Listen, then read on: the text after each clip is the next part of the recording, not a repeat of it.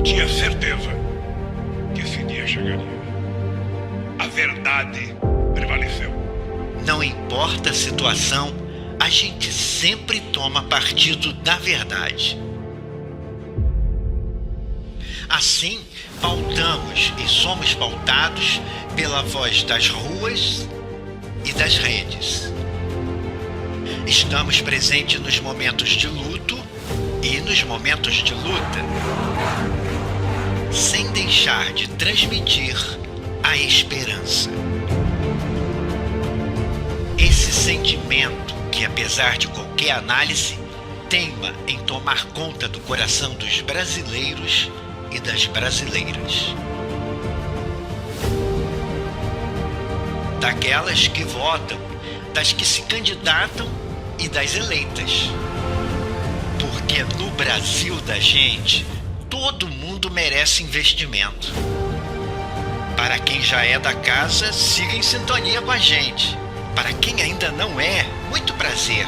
Fazemos parte da Rede Povo de Comunicação do PT. TV PT. Aqui brilha uma estrela.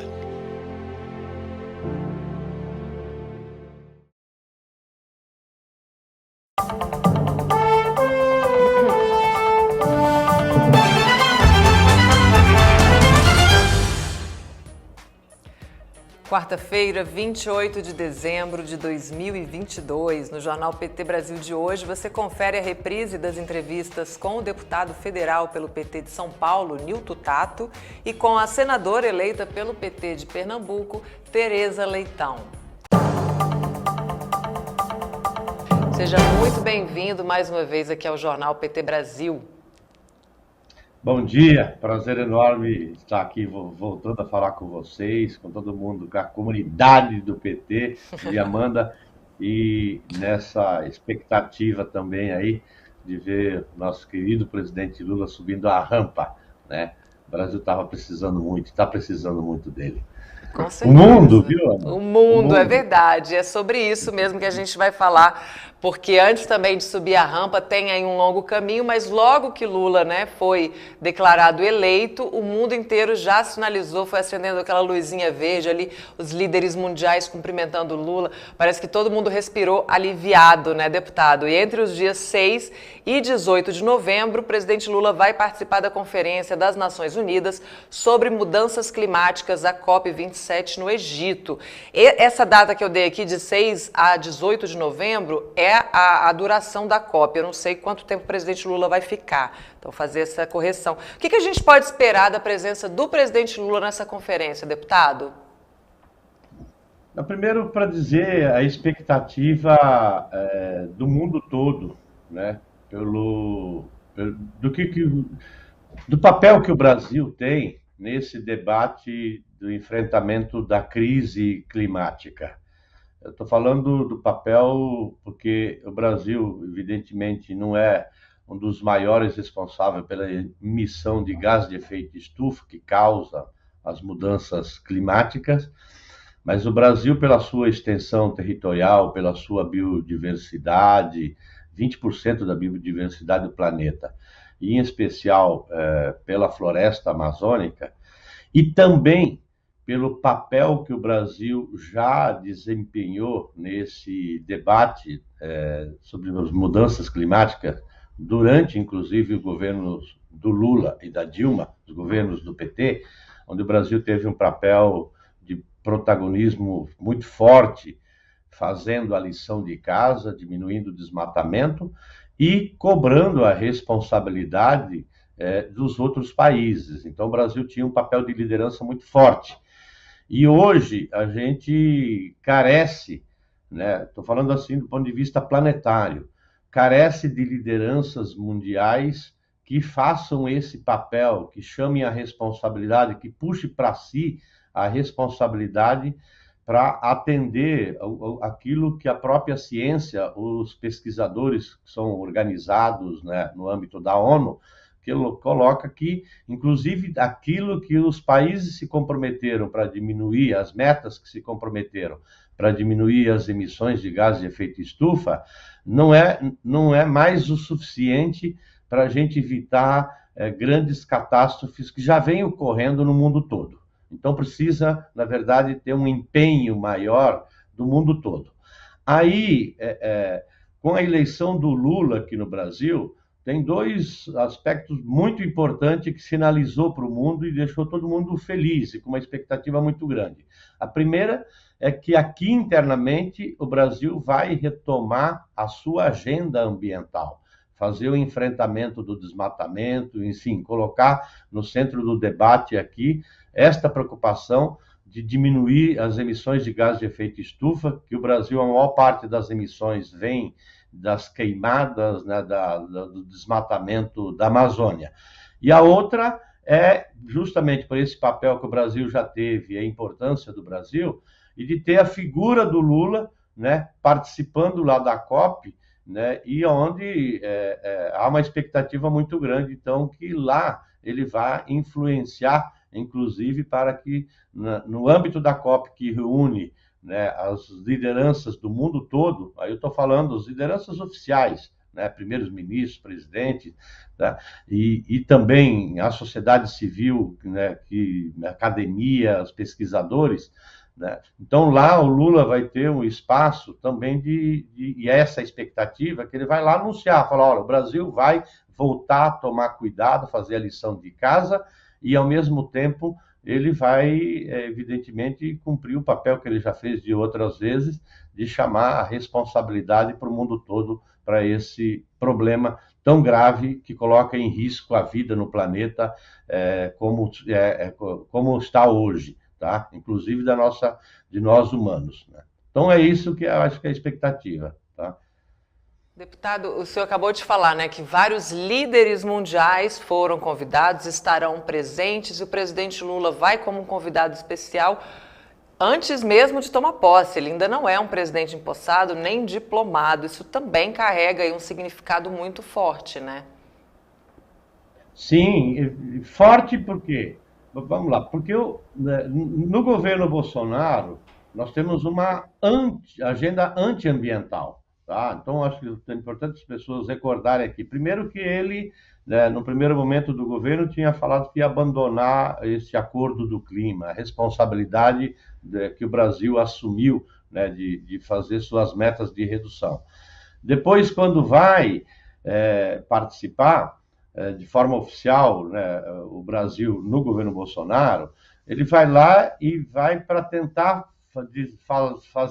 disputar uma narrativa com o discurso de que o Brasil estava fazendo sua lição de casa, quando todo mundo e os próprios indicadores mostravam que aqui no Brasil não estava mais tocando esta agenda, esta preocupação com o meio ambiente. Tanto é que a gente tem novamente recordes de desmatamento. Além de violência no campo, as invasões das terras indígenas, territórios quilombolas, das terras públicas, o garimpo ilegal, bom, tudo aquilo que nós já estamos acompanhando do desastre que se tornou o país, em especial nesta agenda.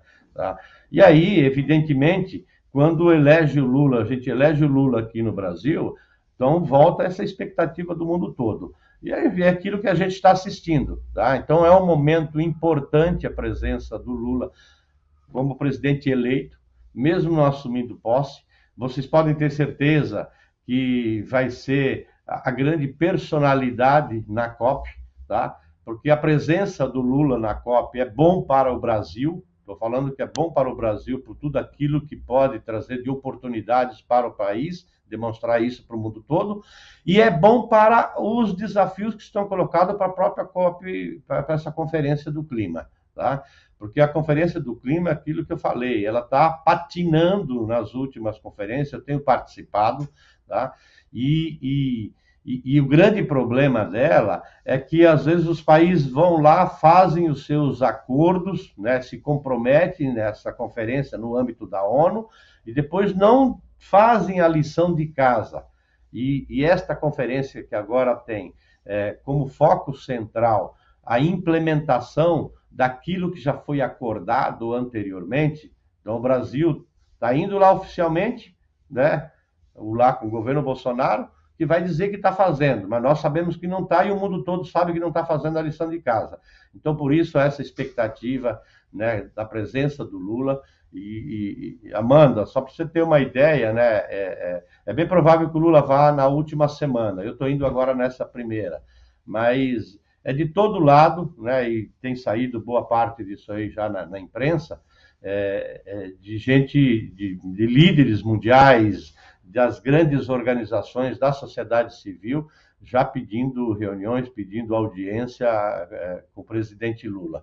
Então, volto a dizer aqui, é muito bom, a presença do Lula lá é muito bom para o Brasil e é muito bom para o mundo. Estou falando assim, o mundo, inclusive, carece, né, de ter gente que puxe, chame a responsabilidade, que lidere esse debate, em especial os países em desenvolvimento, né, que precisam ter mais voz. Essa COP acontece, cada COP, que são anuais, ela acontece sempre num continente diferente, e esta vez é a COP da África, e aí é importante o protagonismo dos países em desenvolvimento, e em especial os países em desenvolvimento têm uma expectativa muito grande do papel que o Lula vai vir assumir daqui para frente.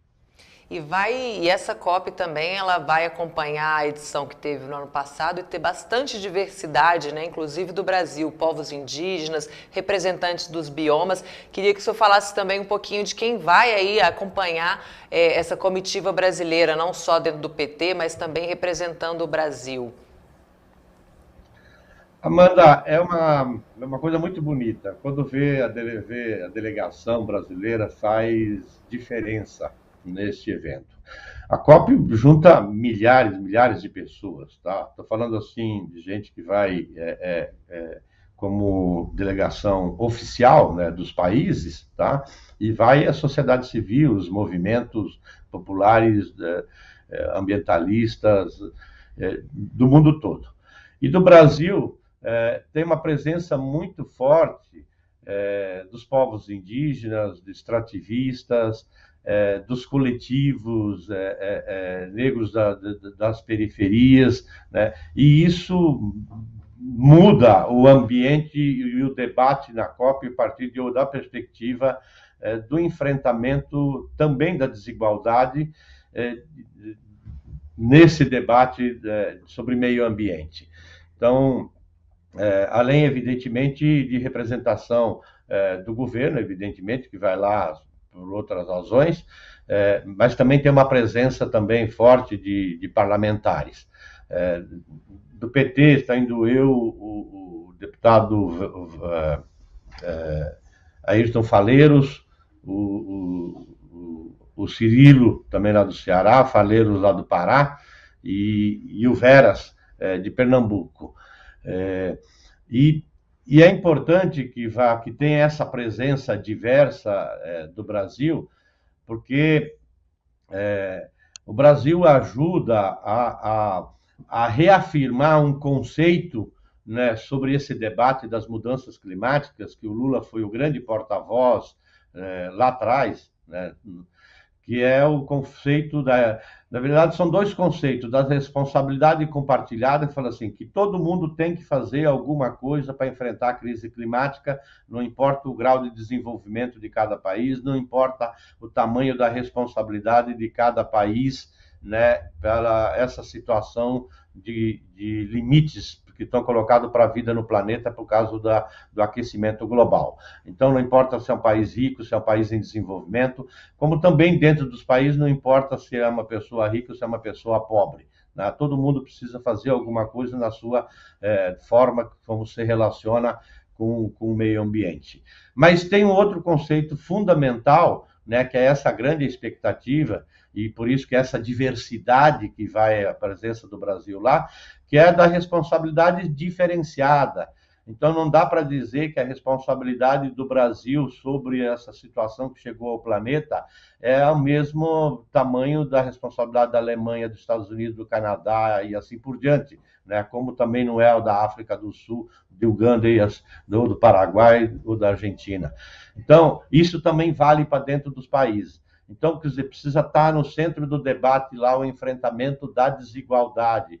E aí os países que mais contribuíram para essa situação que chegou de aquecimento global precisa, né, aportar recursos, aportar tecnologia, né, precisa se comprometer mais. E a pauta desta COP agora, ela principal é a implementação daquilo que já foi acordado. Então, por exemplo, o Brasil vinha fazendo o seu papel nos nossos governos, no governo do PT, diminuindo o desmatamento, fez inclusive além daquilo que tinha se comprometido, pegando lá atrás. Os países desenvolvidos assumiram uma responsabilidade de aportar no conjunto 100 bilhões, né, de dólares por ano para ajudar os países, o conjunto dos outros países em desenvolvimento, a fazer a sua lição de casa, que nem todo mundo tem as condições, as mesmas condições para poder enfrentar a crise climática, seja de adaptação, de mitigação e de diminuição de gases de efeito estufa. Então, agora, né, a expectativa lá é que agora, entendeu, o Brasil assuma um papel, né, e a figura do Lula assuma esse papel de chamar a responsabilidade para esse país. E aí a presença do Brasil de forma muito diversa, como coloquei aqui, então você tem lá o movimento negro, o movimento indígena, extrativistas em geral, parlamentares, enfim, né, isso ajuda a pautar e simbolicamente mostrar que esse debate do clima, né, precisa ter esse caráter do respeito à diversidade e do respeito em especial e o reconhecimento de povos e comunidades tradicionais ao redor do mundo, e em especial no Brasil, né, os povos originários, que são os grandes protetores da biodiversidade e o que mais contribui, né, para o enfrentamento da crise climática que a gente vive, que é planetária. Eu queria retomar só para a gente deixar aqui também registrado, né, que além do reconhecimento dos líderes mundiais aí da eleição do presidente Lula, da importância da volta do Brasil, né, para esse cenário da geopolítica, né, a relevância do país, Noruega e Alemanha sinalizaram imediatamente, né, a vontade, a intenção de retomar, né, os pagamentos ali para o Fundo da Amazônia. Queria que o senhor falasse um pouquinho disso também, dessa importância, né, já que a COP vai jogar luz sobre a necessidade que esses países mais ricos têm de financiar a preservação nos países em desenvolvimento, e essa sinalização que é super importante, né? Logo após a eleição do presidente Lula, 2 países que já faziam esses aportes aqui para o Brasil, para a preservação da Amazônia, já demonstram a intenção de retomar esse investimento. Amanda, isso é uma coisa fantástica, você vê assim, né? A gente acaba Lula acaba de ser eleito aqui, né? Pensa aí que só vai tomar posse no dia 1º de janeiro, e você já tem anúncio de forma oficial, né, dos países que contribuem para o Fundo da Amazônia, aí então em especial a Noruega e a Alemanha. Não é só isso, você tem vários outros grandes fundos, seja de apoio à agenda específica ambiental, eu estou falando fundos de institutos, né, de organizações internacionais que também já estão se colocando à disposição para aportar recursos, tá?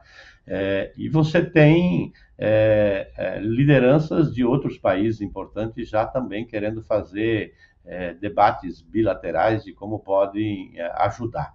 E por isso que há essa expectativa muito grande. Quando a gente fala aqui que é importante o Lula ir para lá e já até anunciar, né, que eu acho que ele vai fazer isso, anunciar que vai fazer a lição de casa, fala assim, o Brasil vai enfrentar o desmatamento, isso sinaliza, tá, de forma positiva, não só na agenda ambiental. Para quem está acompanhando a gente aqui, sabe que se o Brasil, pela sua importância, como eu disse antes, pela sua biodiversidade, sua dimensão territorial, pelo papel que tem para a produção de alimentos, né? Então, se vai lá e anuncia, entendeu, que vai fazer uma agenda aqui internamente para enfrentar, né, a crise climática, isso abre oportunidades para a gente ter, inclusive, apoio. Estou falando seja de pesquisa, de ciência e tecnologia e de recursos, para a gente começar, paralelamente a esse trabalho de comando e controle, que é acabar com o crime do desmatamento, do garimpo, das invasões nas terras públicas, né, dos territórios indígenas, quilombola, paralelamente, a gente consegue também recursos para aportar e apoiar alternativas de desenvolvimento para os amazônidas em especial. Estou falando para as comunidades, né, da Amazônia, que eram financiados pelo Fundo Amazônia.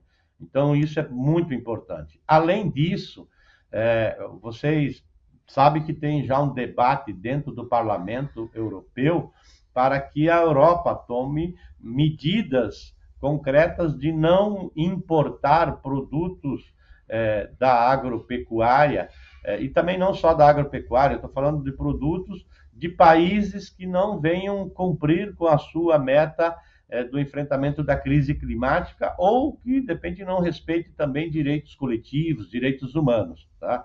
Então, o fato do Lula indo para lá e anunciar, né, já começa a abrir essas portas, né, de oportunidades para o Brasil, né, que o Brasil vinha perdendo por causa da agenda antiambiental que era tocado pelo governo atual. Então, muita coisa positiva vem aí para frente com a eleição do Lula. Estou falando para o Brasil, para a economia como um todo, né? Então, isso é uma coisa fantástica. E já começa a ser anunciado, né? Anunciado já mesmo antes dele tomar posse. Deputado, muito obrigada pela entrevista. Eu já queria te fazer um pedido aqui para quando o senhor estivesse lá na COP, a gente fizesse de novo aquela chamada aqui no jornal PT Brasil, para o senhor contar para a gente, trazer um pouco dos bastidores também da conferência, pode ser? Sim, eu me comprometo aqui. Eu vou estar na primeira semana, já viajo agora, né, no sábado, amanhã. Evidentemente que o burburinho maior vai ser com a presença do Lula, que é depois do dia 14. Tá?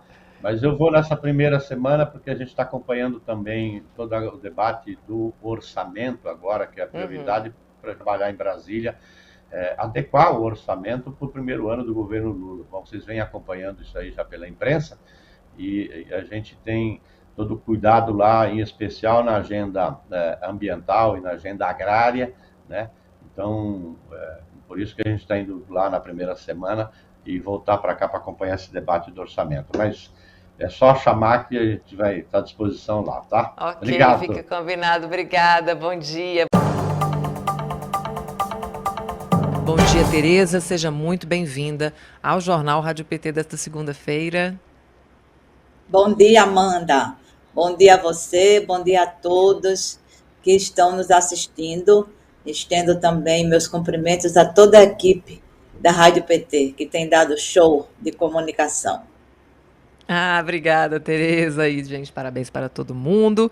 Tereza, hoje é o Dia Internacional da Educação, né, que é um direito humano e é um meio indispensável para a garantia de outros direitos, né? Então, quando a gente retira esse direito de alguém, a gente também está subtraindo a possibilidade dessa pessoa alcançar outros direitos fundamentais, né? E é um dos alvos preferenciais de ataque do bolsonarismo, né? Eu queria que a senhora falasse um pouquinho qual é a análise que o PT faz do atual momento da educação no Brasil.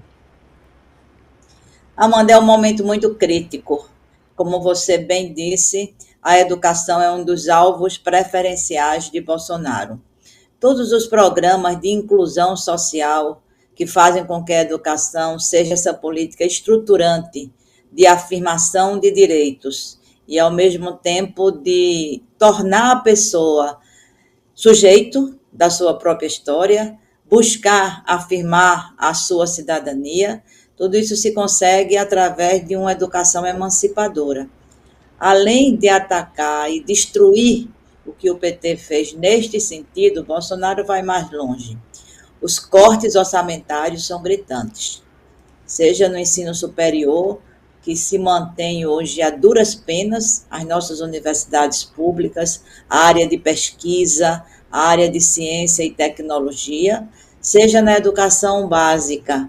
Nós conseguimos, com uma grande articulação, ano passado, aprovar o novo Fundeb, que amplia a participação dos recursos subvinculados para a valorização profissional do magistério, como também torna o fundo permanente na Constituição. Pois bem, Bolsonaro perdeu, mas tenta agora distorcer né, todo o processo legal de atualização do piso do magistério, por exemplo. Além disso, Bolsonaro e sua equipe empreendem uma luta ideológica fortíssima na nossa área, exatamente por essa capacidade que a educação tem de se comunicar com outras políticas, de formar a consciência crítica e de organizar as pessoas para a transformação social. Então, há uma guerra ideológica, há uma disputa ideológica muito forte na nossa área, que vem acoplada em propostas como, por exemplo, a escola sem partido, a ideologia de gênero na educação, as escolas cívico-militares.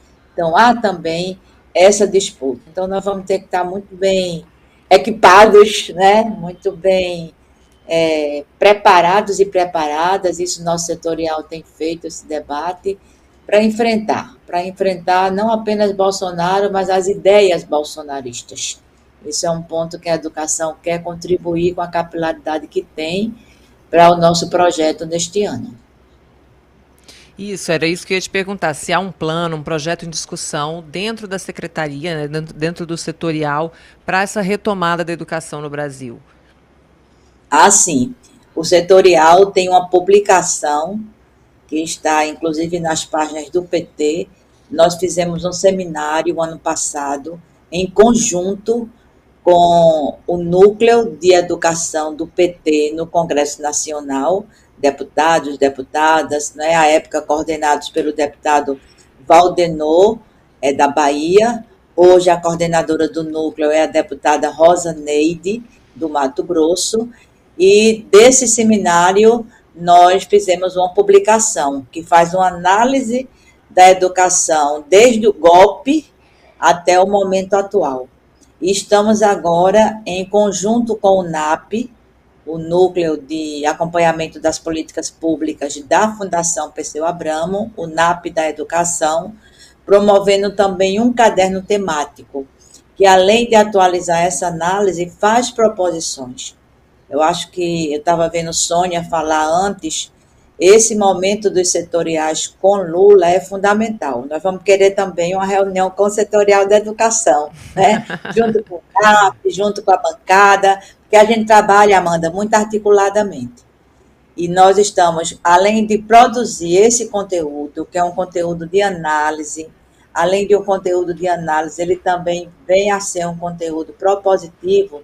Nós queremos usar toda a capilaridade da nossa categoria, do nosso segmento, toda a capilaridade que está presente nas escolas, através dos trabalhadores em educação, dos estudantes e de suas famílias, a capilaridade das gestões petistas, que além dos estados, né, além dos 4 estados que a gente governa, nós temos secretários municipais de educação em vários municípios importantes, temos prefeitos do PT, que estão fazendo coisas muito boas na educação. Nós queremos usar essa capilaridade para formar uma rede, para contribuir com esses núcleos de luta, para que a educação possa ser uma política estruturante, mobilizadora para o nosso projeto de 2022. E essa publicação está no site do PT, então? As pessoas conseguem encontrar no pt.org.br? Eu queria que vocês checassem exatamente isso, tá, porque eu já tinha pedido para a Gilmar, não é? Ela está na página do deputado Valdenor, é onde a gente sempre linka para trazê-la. Mas se a gente puder colocá-la no site do PT, será ótimo. Gilmar tem dado muita força, inclusive participou do nosso encontro, foi o dirigente nacional que esteve presente em todo o nosso encontro nacional, em 11 de dezembro do ano passado. E a gente sabe que a educação pode fazer essa dobradinha importante, porque os nossos canais de comunicação são muito ativados, né? Naturalmente ativados. O Setorial Nacional de Educação tem segmentos representativos na sua coordenação que podem fazer essa multiplicação. Nós temos representantes da UBS, da UNE, da CNTE, dos Institutos Federais de Educação, da Educação Básica, da Educação Superior, temos deputados. Então, acho que isso pode produzir um caldo de informação, de comunicação, uma verdadeira rede, muito importante para nós. Maravilha, a gente quer muito também que vocês multipliquem nosso conteúdo e a gente já deixa aqui esse espaço aberto também para o setorial de educação, sempre que quiser falar com o público, está à disposição. Você estava falando agora também dos fatores, né, que influenciam a educação. A pandemia ela prejudicou a educação de uma maneira que a gente ainda não tem uma dimensão total, né, desses prejuízos.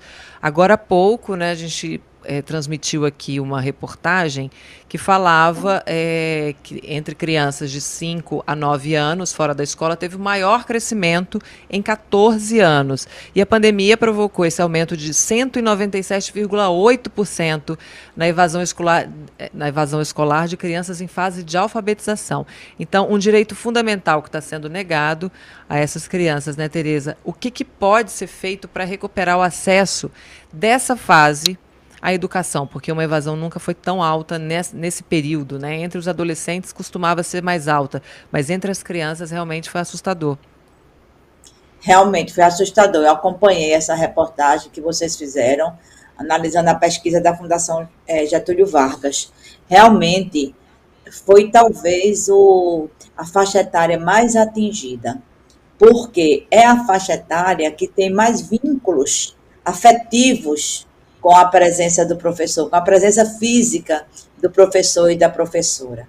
A época que a pandemia estava no auge, rodou pelas redes sociais um apelo lindo de uma menininha, quer dizer, menininha ou menininho, eu não sei, né? Que dizia assim: Pro, eu estou precisando muito de você, eu não consigo fazer as minhas tarefas, Pro, porque a minha mãe, ela não entende.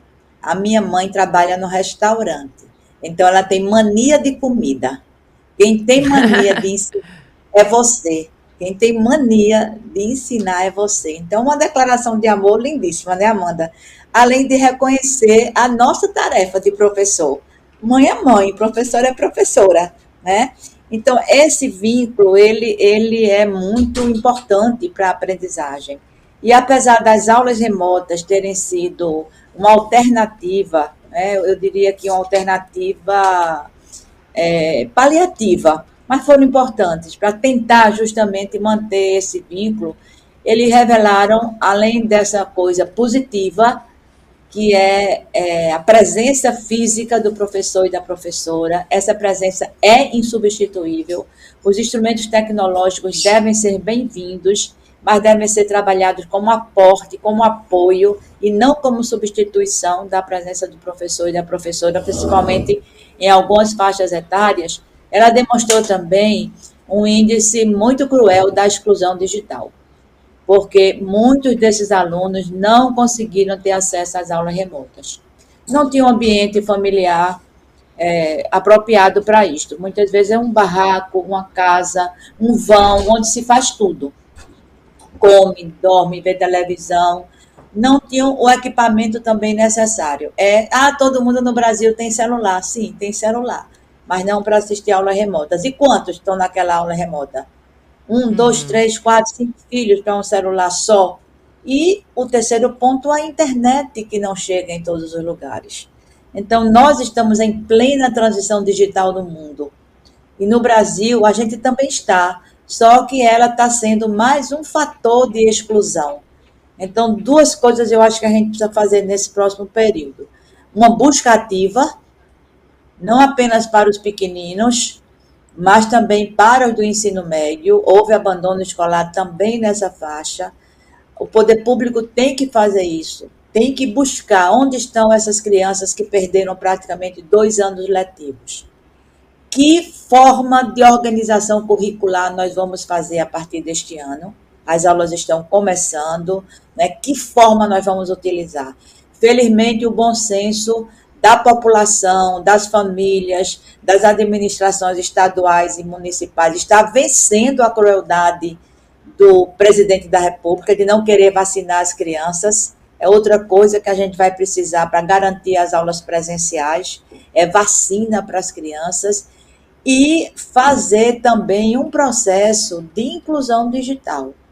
A busca ativa, a recomposição da organização curricular, e um processo de transição digital que inclua, onde estejam também contempladas a formação dos professores e das professoras, os equipamentos nas escolas, banda larga para que os estudantes tenham acesso à internet.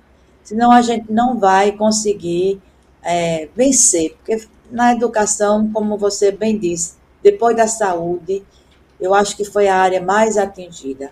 Os professores e as professoras estão, inclusive, muitos com adoecimento mental, com estafa, porque foi uma dedicação para uma situação que veio assim, de repente, né? A gente não estava preparado para isso. As casas dos professores, os domicílios, viraram sala de aula, houve uma invasão de privacidade, né? Mas superamos com muita dedicação, muita dedicação. Eu parabenizo o Magistério Público Brasileiro, porque foi uma dedicação emocionante, né? Mas agora que a gente está conseguindo vencer todas essas políticas negacionistas do governo federal, é hora da gente também se reorganizar pedagogicamente. Maravilha, professora, deputada estadual e coordenadora do Setorial Nacional de Educação do PT, Tereza Leitão é nossa convidada desta segunda-feira no Jornal Rádio PT. A gente tem também aqui a participação do público, Tereza, tem mensagem para você. O Paulo Carvalho, que fala de Corumbá, diz que Tereza, minha conterrânea, tem orgulho de ver você representando as mulheres guerreiras na vanguarda da política pernambucana. Um abraço para a ilha de Itamaracá, aqui Paulo Carvalho te saudando. O João Ricardo Roque diz aqui também que Tereza Leitão, que o novo Projeto Nacional de Educação tem ou terá das metodologias de estudos socioculturais idealizadas por José Carlos Libânio, é isso mesmo, e Paulo Freire. Aqui uma pergunta do João Ricardo Roque. Já respondo? Pode falar, claro. Eu acho, João Ricardo, que esse ano de 2021, e entrando ainda para o 22, nós tivemos um momento muito importante de revisitar toda a pedagogia freiriana, na qual Libânio também, né, se apoia por ocasião das comemorações do centenário de Paulo Freire. A gente vê também como é interessante quando a gente enfrenta as polêmicas e os conflitos, né? Quando a gente não bota o tapete em cima do conflito. Bolsonaro sempre atacou Paulo Freire. Bolsonaro queria banir, né, fazer um novo exílio de Paulo Freire, digamos assim, quando tentou retirar de Paulo o título de patrono da educação brasileira. Mas a reação da sociedade, de governos, de organismos sociais, de universidades, de centros universitários, de movimentos sociais, de movimento sindical, foi muito bonita. O próprio PT, né, o ano passado, deu nome ao seu projeto de formação, o slogan era "Vamos freirear o PT". E freirear o PT é um desafio, viu? É uma ousadia, porque seguindo Paulo Freire, inclusive, era filiado ao PT, é dele aquela mensagem de que o partido é um sujeito educativo e precisa exercer esse seu papel. Então, nós estamos voltando com isso com força total, e eu tenho certeza que o programa de governo de Lula vai trazer isso à tona, que é essa relação da educação com a realidade social. É isso que diferencia, é a leitura da realidade, é a leitura do mundo, para além da leitura das letras. É o significante na leitura das letras, na leitura, no formalismo, né, da educação formal, é ela ter um valor social de intervenção na sociedade, organizando as pessoas, formando consciência crítica, questionando o seu lugar no mundo. Eu acho que a escola, com Bolsonaro, ela perde muito essa capacidade. Não perde totalmente, porque há muita coisa positiva nessa direção, fincada no chão da escola. A escola passa a ser um lugar também de resistência e de organização. Então, nós vamos ter que rever muita coisa que Bolsonaro está tentando desconstruir, por exemplo, a Base Nacional Comum Curricular. Nós temos que rever, voltar o nosso projeto, aperfeiçoá-lo, o Plano Nacional de Educação, uma lei federal aprovada no governo Dilma, sancionada no governo Dilma. Existem links muito fortes com essa perspectiva da escola ser um organismo social que se comunica com outros, que tem um papel e uma função social na comunidade e na transformação da sociedade, pela valorização profissional, por um currículo que seja socialmente referendado, né, por uma discussão que está sendo, a gente pensava que tivesse superado e não está superado, que é o papel das nossas culturas ancestrais, aquilo que a gente construiu no Brasil, o papel que nós tivemos, né, em relação com a África, a influência de África aqui no nosso país, a influência cultural, a influência religiosa, ao mesmo tempo afirmar um orçamento que seja correto para a educação. Há em curso um movimento dos bolsonaristas de desvincular as verbas constitucionalmente obrigatórias para a educação, que são na casa de 25%. Então, sem orçamento, a gente não vai muito longe. E orçamento é posição política. Orçamento não é simplesmente destinação de recursos. Então, são coisas que estão em curso no nosso debate, e como diz o nosso plano é de reconstrução e transformação do Brasil. Nós vamos ter que revogar muita coisa que Bolsonaro fez, reconstruir muita coisa, e essa perspectiva que você aponta é a perspectiva que está na pauta do PT. A educação freiriana, que foi revisitada, que veio com força no centenário de Paulo Freire, muita gente da juventude, das novas gerações, né, que se voltou para esses estudos, ela continua sendo uma grande fonte de inspiração, uma grande referência para a escola socialmente pontuada e referenciada. E a gente tem mais mensagens aqui para você. A Ana Cavalcante diz: muito bom, deputada Tereza Leitão, a educação transforma as pessoas transformam o mundo. Guilherme Oliveira também diz que você é a deputada dele, tá? Seu eleitor aqui, ligadíssimo na sua entrevista. Aqui Paulo Valença diz: excelente debate, parabéns PT, parabéns Tereza Leitão, em breve deputada federal. Seria esse um spoiler? Depois você me conta isso, Tereza. O José F. Silva Fernando diz que é de Pernambuco e vai votar em Vossa Excelência nas próximas eleições. Bom dia, concordo plenamente. Tereza é uma guerreira em defesa da educação, diz a Zafira Peixoto. Aqui a Seca do PT diz: Tereza, competência e dedicação. Orgulho para o PT de Pernambuco, minha futura deputada federal. Ana Cavalcante também está te saudando aqui como futura deputada federal. E a gente tem aqui um próximo assunto, deputada, que é sobre essa busca, né, do Bolsonaro em revogar a Lei 11.738, que regulamenta o piso nacional do magistério público na educação básica do país. Uma conquista dos governos do PT, né, que finalmente cria um piso salarial para a categoria. E são esses os profissionais que atuam na alfabetização, que a gente está tendo essa evasão absurda, né, no Brasil. E aí tem aqui também um questionamento da Giovana. Ela pergunta fala que o governo anunciou que não vai pagar o piso do magistério pelo segundo ano consecutivo. Não atualizou em 2021 e não vai atualizar esse ano, que é a ameaça, né, do governo Bolsonaro. O governo Bolsonaro é um inimigo da escola e dos professores? A Giovana pergunta. Eu diria, Giovana, que além disso, ele é um verdadeiro inimigo da educação. Bolsonaro não gosta da educação, principalmente dessa perspectiva emancipadora que a educação freiriana nos traz. E nós estamos, sim, com esse impasse da atualização do piso. A lei do piso, ela foi uma conquista do magistério, mas com reverberação e repercussão na qualidade da educação muito, muito importante. Nós conseguimos, a partir daí, inclusive, aumentar os índices de formação em nível superior dos nossos professores e professoras. Por quê? Porque a lei do piso, quando ela define o que é piso, Giovana, ela é extremamente pedagógica. ela diz lá o seguinte: piso é um valor segundo o qual nenhuma administração e nenhum professor do Brasil pode ganhar menos. Fixa o valor. Em início de carreira, vincula com o plano de cargos. Para uma formação de nível médio, exige o mínimo de formação. E para uma jornada de 40 horas semanais.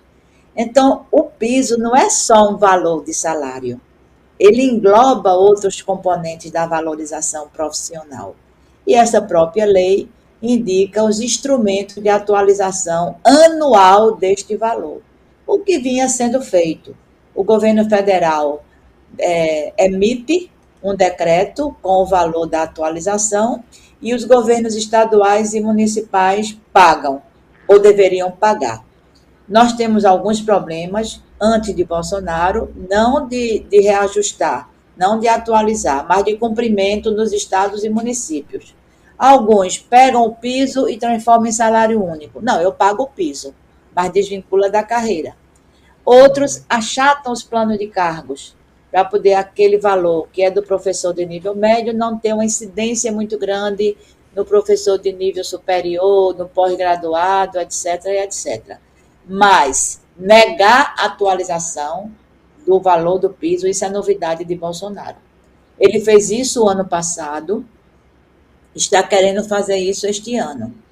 Pelos índices legais e constitucionais, a atualização será de 33,23%, considerando todos os índices já prescritos na lei. É uma atualização razoável. Não vai suprir tudo, porque os salários estão congelados e achatados por conta da posição do ano passado. Os estados e municípios podem livremente ampliar o seu piso? Podem, até para mais do que o piso que fica sendo regulamentado a partir da sua atualização. Hoje é 2.800 e pouco. É um piso baixo ainda, para tarefa social importante, para a carga horária, para o desgaste e para a política estratégica que é a educação. Mas a gente vinha paulatinamente recuperando isto, desde que a lei do piso foi aprovada. Então, há movimentos, o PT está fazendo movimentos, a representação sindical dos trabalhadores em educação, através da CNTE, também fazendo movimentos para a gente tentar resolver esse imbróglio, né? Resolver esse imbróglio usando todos os mecanismos políticos, jurídicos que a gente possa ter para garantir que não se repita em 2022 o que foi feito o ano passado, até porque o dinheiro que é pago esse piso, o grande volume de recursos com que é pago esse piso, vem do Fundeb. E o Fundeb, que eu já me referi anteriormente, ele foi uma conquista e teve, o ano passado, uma vitória. E uma das questões foi a ampliação da subvinculação. Antes do novo Fundeb, se subvinculava para salários do magistério 60% do total. Hoje se subvincula 70%. Nós tivemos uma sobra o ano passado por conta desse congelamento. Por conta de não reajustar o piso, os municípios e os estados tiveram uma sobra de caixa, uma sobra de recursos que teve que ser rateada, exatamente por falta da atualização do piso. Isso indica que a gente tem recursos para atualizar o piso. É porque, como disse Giovana, Bolsonaro é inimigo da educação. Bolsonaro não gosta da educação, Bolsonaro distrata os professores, ele não ataca formalmente a educação, porque ele sabe que a educação é uma política prioritária no imaginário da população. Mas ele destrói, ele desconstrói e ataca os professores. Os ataques que ele desfere contra os professores são muito graves mesmo. É como se desconsiderasse totalmente a existência dessa categoria. Aqui o João Ricardo Roque agradece a tua resposta, né, sobre o educador José Carlos Libânio.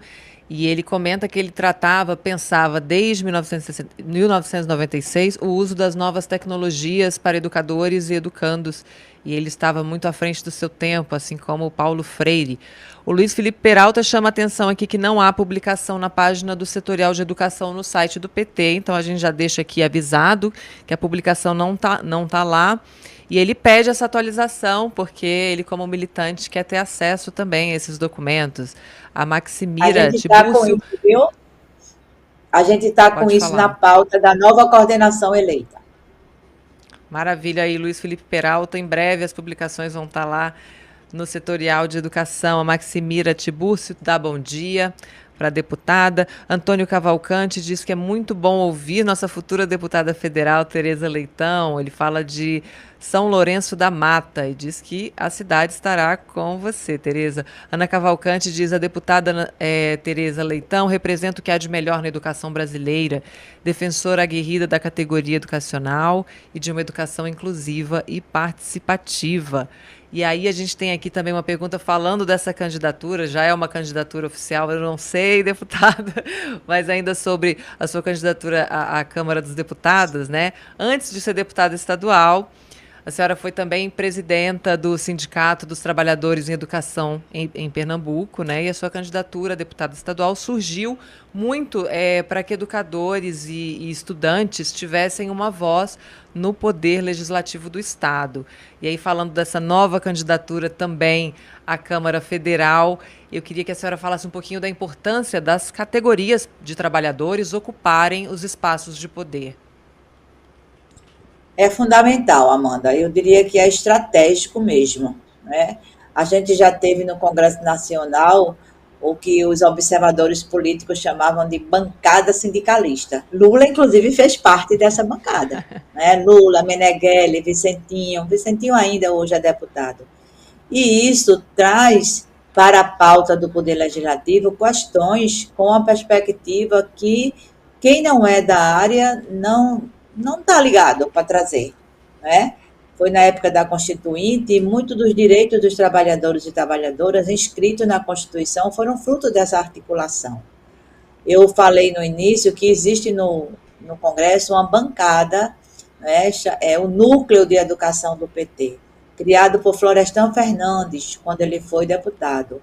Esse núcleo teve uma influência muito grande na LDB, uma influência muito grande na Constituição, por conta dos vínculos com a temática. Hoje, a gente está com a presença diminuída. Nós temos apenas 6 deputados federais ligados à educação básica. Temos outros ligados à gestão educacional, que foram secretários educacionais, secretários estaduais e municipais de educação, um grupo ligado às grandes empresas privadas de educação, que é outra briga grande que nós do ensino público temos, né? E alguns do ensino superior. Então, o aumento dessa bancada ligada à educação básica, nós do próprio setorial estamos estimulando que aconteça, né? E temos outras candidaturas por aí afora, além da minha, nesse sentido. É importante, desde que a gente não chegue no parlamento com uma visão estreita e meramente corporativista. No nosso caso da educação, isso é fundamental, por conta do que a educação pode promover em articulação com outras políticas e outros setores. Defender a categoria é tarefa primeira. Eu não consigo, apesar de já estar no meu 5º mandato, eu tenho uma satisfação grande de me ver sempre como membro de uma categoria e ex-dirigente sindical. Agora, não faço do meu mandato uma extensão do sindicalismo, é impossível, e nem é bom, porque o sindicalismo tem um sindicato para defender.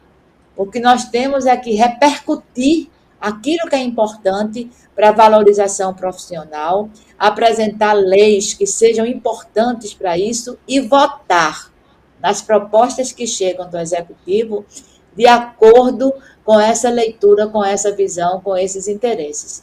Mas também ampliar a educação para além dos muros da escola, para além da representação específica da categoria, você falou dos estudantes, fundamental, as juventudes, fundamental, os direitos da primeira infância. Eu faço parte aqui de uma rede da primeira infância, rede parlamentar da primeira infância. São coisas que têm na educação uma âncora, né? Então, com tudo isso que foi destruído por Bolsonaro no nosso setor da educação, é importante que a gente esteja no Congresso Nacional para ajudar Lula. Eu tenho certeza que Lula vai se focar firmemente na educação e com essa amplitude relacionada com a cultura, relacionada com as artes, relacionada com a nossa proposição de direito humano. Educação é direito humano. E isso só quem sabe defender são governos populares, são governos progressistas, que consideram a pessoa em todas as suas dimensões. O humanismo, né, relembrando mais uma vez Paulo Freire, que foi tão bem citado aqui, o humanismo, o afeto, a construção coletiva, tudo isso é importante em um plano de educação. Isso pode se exprimir em leis? É claro que pode, mesmo com os limites de uma lei. É claro que isso pode, sobretudo isso pode se exprimir nas políticas públicas educacionais. Então é nessa linha que a gente está se colocando. Né? Nem pensava que isso fosse ser tão destacado aqui, mas agradeço também a você, né, ter trazido isso à tona. Estamos aí, junto com Lula, para reconstruir o Brasil. Falta muito pouco para o Brasil ser feliz de novo. Daqui a 4 dias, o presidente Lula toma posse em seu 3º mandato como presidente. Bom dia e até amanhã. E eu tenho certeza que a gente vai poder, em 4 anos, recuperar e reconstruir esse país. Lula presidente. Da perseguição política à esperança renovada. Episódio 8. 16 de agosto de 2022. É iniciada oficialmente a campanha e Lula faz seu primeiro pronunciamento como candidato à presidência da República na fábrica da Volkswagen, em São Bernardo do Campo. Eu queria dizer para vocês que eu vim aqui hoje, nesse dia tão marcante na minha vida, em que a gente começa a campanha eleitoral, para dizer para vocês, e eu quero que vocês prestem atenção, eu não vou dizer eu vou dizer nós vamos ganhar as eleições, nós vamos ganhar, porque esse país precisa de nós. E daí pra frente não parou mais, recortando o país de ponta a ponta, fazendo questão de conversar olho no olho com cada brasileiro e brasileira. E eu queria dizer para vocês que a ideia de voltar a ser presidente da República desse país é para provar à elite que governa esse país desde 1500 que outra vez o metalúrgico vai consertar esse país. Não tardou para as ruas de todo o país serem tomadas por manifestações de apoio à chapa de Lula e Alckmin. Eu sei, eu digo sempre, quando a minha cabeça não pensa mais, eu sei que eu pensarei pela cabeça de vocês. Quando as minhas pernas não andarem mais, eu andarei pela perna de vocês. Quando o meu coração não bater mais, eu baterei pelo coração de vocês. E é o povo que vai recuperar esse país. É o povo que vai consolidar a democracia.